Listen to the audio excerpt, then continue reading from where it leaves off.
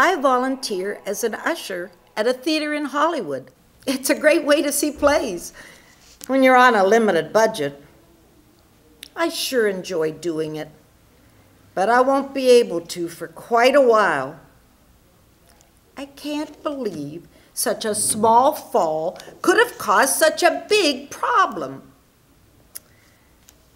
This is what happened. It had been raining all day. Now everyone was happy about the rain because it came after a long, hot, dry spell. Well, that morning I was running late, so I made a fast dash across the street to catch a bus into Hollywood. The soles of my shoes were slightly worn. Well, I was going to the shoemaker the next day. I thought the road felt slippery under my feet because of the shoes. Wait a minute. I heard that roads are most slippery after a long dry spell. With the first rain, the oil in the asphalt rises up. Whoops, too late. Next thing I know, I wake up in a hospital with a broken hip and a concussion. Me, of all people.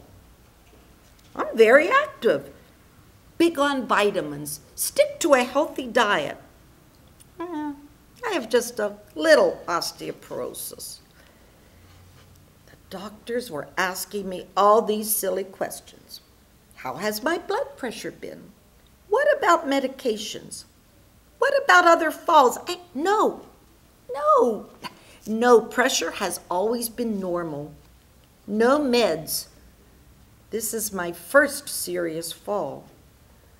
And hopefully, my last fall ever. And later on, I remembered the allergy pill I take once in a while. I took it that morning. The bottle did say may cause drowsiness. The same for the cough medicine, but all I took was 2 teaspoons. Yes, I was a little woozy as I ran across the street. So, I went from a nursing home to an assisted living place. I couldn't go home. I live alone, and I was still in a wheelchair. I did graduate to a walker, but a lot of people don't know this. So I'll tell you, many people who fall, even if they're not injured, develop a fear of falling. It can cause them to limit their activities, which can lead to a loss of independence, depression, isolation, and actually increase the risk of falling. That, my friends, is my problem. The hip is healed for the most part.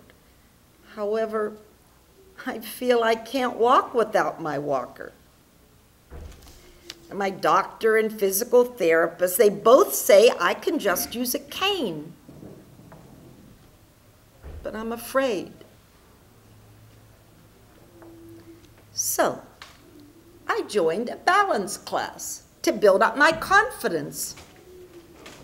Heck, I made up my mind. I'll tell you, I'm pretty tough. So tomorrow, I'll see my physical therapist and I'll try to use just the cane. First around the house, then when I feel a little more confident, outdoors as well.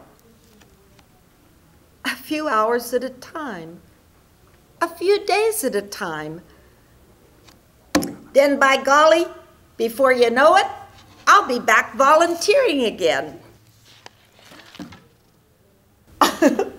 I hope that nice-looking older gentleman is still in our volunteer group. You've just watched The Bus, performed by Shirley Doherty. This is the second of 5 Falling Monologues, written and directed by Marilyn Faber. Let's take a moment to talk about some of the important points mentioned in the monologue. Here in sunny Southern California, rain often comes as a surprise. Other parts of the country have blizzards and ice storms. But come rain, come shine, come snow, come sleet, the show must go on. However, when out and about, during or after bad weather, be especially careful. Take your time, walk in covered areas when possible, and use handrails when available. Shoes also play an important role in fall prevention and can provide traction or grip when walking across a slippery surface. Pay attention to the bottom of your shoes and replace them when the treads begin to wear out. Just like the tires on a car, the soles of your shoes can only walk so many miles before they need to be replaced. Another thing to pay attention to are the medications you take. All medications, prescriptions, herbal remedies, or over-the-counter drugs such as allergy or cough medicine can have side effects that can increase the risk of falls. Read the labels carefully to check for side effects such as drowsiness, dizziness, lightheadedness, changes in blood pressure, or having to go to the bathroom more often. Fear of falling refers to a continuing concern about falling that leads people to limit social and physical activities, which can in turn increase the risk of falling and decrease quality of life. People can develop a fear of falling even if they haven't had a serious fall. If you've changed your activities because of a concern with falling, talk with your doctor or health professional about ways to boost your confidence and sense of control over falling. If you experience changes in your balance, an assistive device, such as a cane or walker, might help. Talk with your doctor or a physical or occupational therapist to learn what would support you best and how to use it correctly. As your abilities change, stay in touch with your health professional to make sure that your assistive device is providing you with the proper support. Although some people may feel that a cane or walker sends a message of weakness or frailty, it can actually help keep you out and about, continuing to do the things that are meaningful to you and staying connected with the people you love.